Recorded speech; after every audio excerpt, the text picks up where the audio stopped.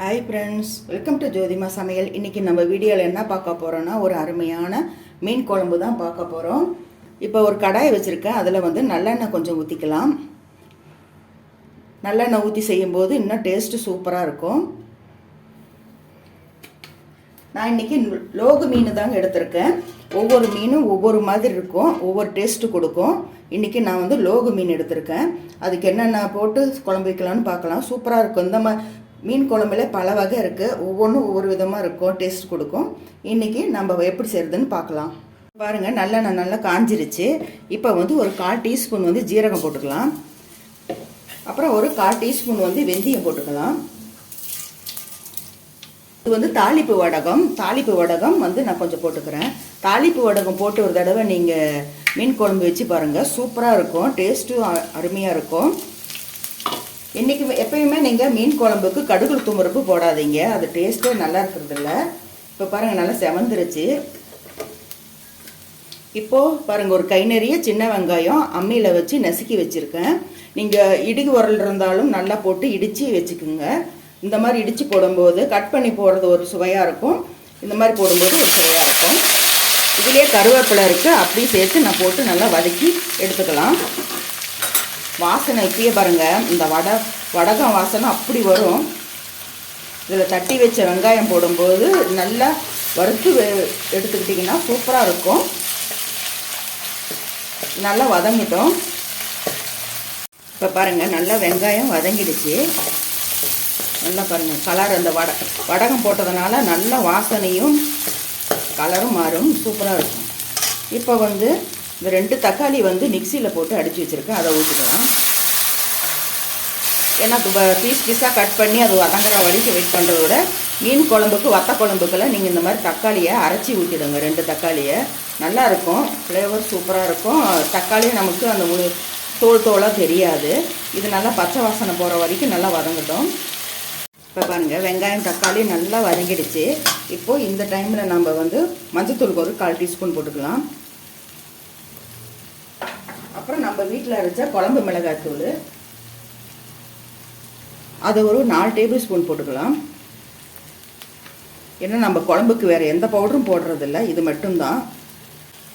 இது போட்டு நல்லா வதக்கி விட்டுட்டு, இப்போ ஒரு பெரிய எலும்பிச்சை பழம் சைஸுக்கு நான் வந்து புளியை வந்து எடுத்து கரைச்சி வச்சுருக்கேன். இப்போ அதை ஊற்றிடலாம்.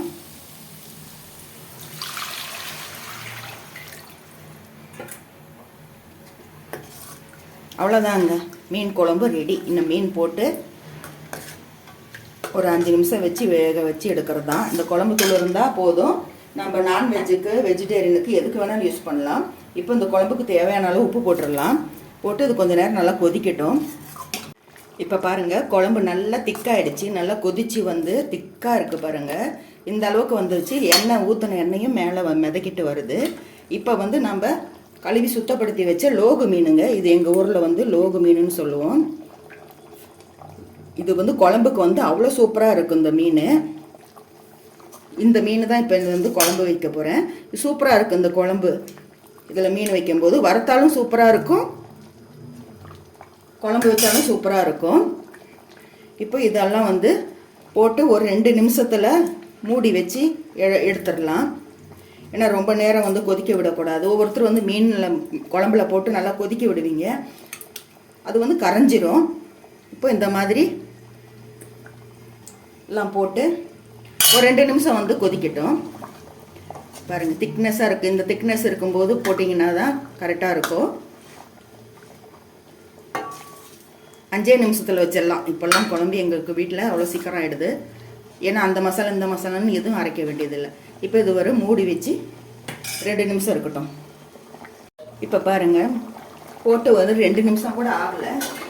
ஏன்னா முன்னாடியே நிறுத்திடலாம். இந்த அளவுக்கு இருந்தாலும் போதும். இந்த பாத்திரம் வேறு நல்லா சூடாக இருக்கும். இது வந்து ஆஃப் பண்ணிடலாம். ஆஃப் பண்ணிட்டேன் நான். இப்போ வந்து கொஞ்சம் கருவேப்பிலை மேலே அப்படியே தூவி இறக்கிடலாம். அவ்வளோதாங்க, மீன் குழம்பு ரெடி. இந்த சூட்லேயே அந்த கருவேப்பிலை அந்த ஃப்ளேவர் இறங்கும்போது டேஸ்ட் இன்னும் அருமையாக இருக்கும்.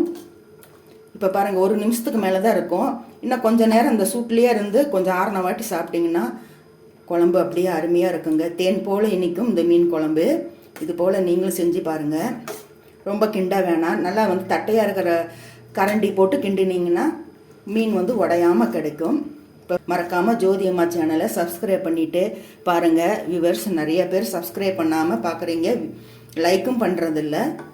கண்டிப்பாக உங்களுக்கு இந்த வீடியோ பிடிச்சிருந்துச்சுன்னா ஒரு லைக் கொடுங்க, சப்ஸ்கிரைப் பண்ணுங்கள், அந்த பெல் ஐக்கானை அழுத்துங்க. தொடர்ந்து நம்ம வீடியோ பார்த்துட்டு சப்போர்ட் பண்ணுங்கள். மீண்டும் உங்களை அடுத்த வீடியோவில் சந்திக்கின்றேன். பாய்.